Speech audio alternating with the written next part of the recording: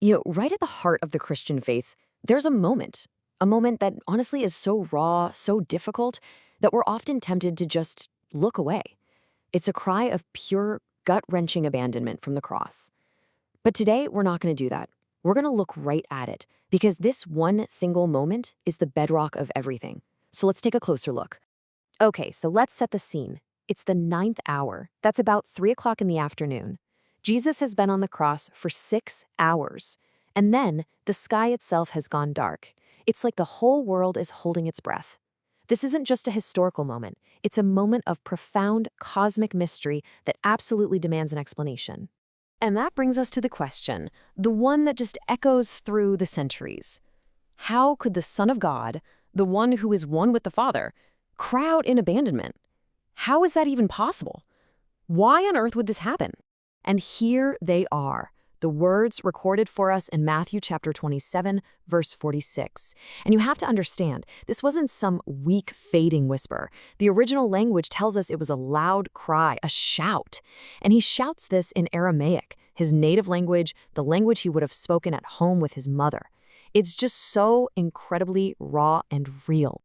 Okay, to even begin to wrap our minds around that cry, we have to pull the camera way, way back. Before we can feel the weight of his forsakenness, we've got to understand who this person is, the one who was forsaken. So if you look in the book of Hebrews, chapter 1, verse 3, you get one of the most incredible descriptions of Jesus in all of Scripture. It says, he is the radiance of God's glory. Think about that. Not just a reflection of the sun, but the sun itself. He is the light of God, shining out. And it goes on, it says, he is the exact imprint of God's nature. The original word here, it's like when you press a seal into hot wax. The image left behind is an exact, perfect copy. He's not just like God, he is God, precisely. And then you get this absolutely staggering statement that he upholds the entire universe by the word of his power. The cosmos isn't just out there spinning on its own, it's being held together right now, this very moment, by the one who is hanging on that cross. So just think about that contrast for a second. The radiance of God's glory was plunged into total darkness. The one who is the exact image of God experienced total separation. The one holding the universe together was being crushed by it. This is who was forsaken. The scale of it is just mind-bending. And we have to get this straight. The cross was not plan B. This moment of horror wasn't some tragic accident that derailed the mission. No, this was the mission itself. The very reason he came, willingly, a plan set in motion before time even began. All right, so that brings us right to the heart of it all, the big why. Why did all of this have to happen? Well, the answer is found in one of the most powerful truths in the universe, what some people call the Great Exchange. 2 Corinthians 5:21 just lays it out so clearly. God made Jesus, who was completely without sin, to become sin for us. This is substitution. So on that cross, he wasn't just dying in our place. He was, in a way, becoming us, taking on the full crushing reality of our rebellion. Just look at this exchange. It's incredible. He took our sin, and in its place, we get his perfect righteousness. He took the forsakenness we deserved, and now we get to belong, to be called children of God. He took all our darkness and all our judgment, so we could be welcomed into the light of the Father. And here's maybe the hardest part of this whole thing to swallow. From Isaiah chapter 53, it wasn't something the Father just sort of allowed to happen. The scripture says it was his will to crush him. And why?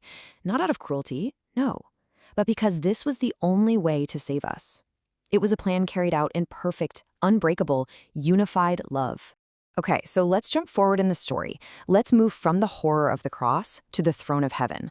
Because what looked like the absolute worst defeat in history was actually the greatest victory of all time.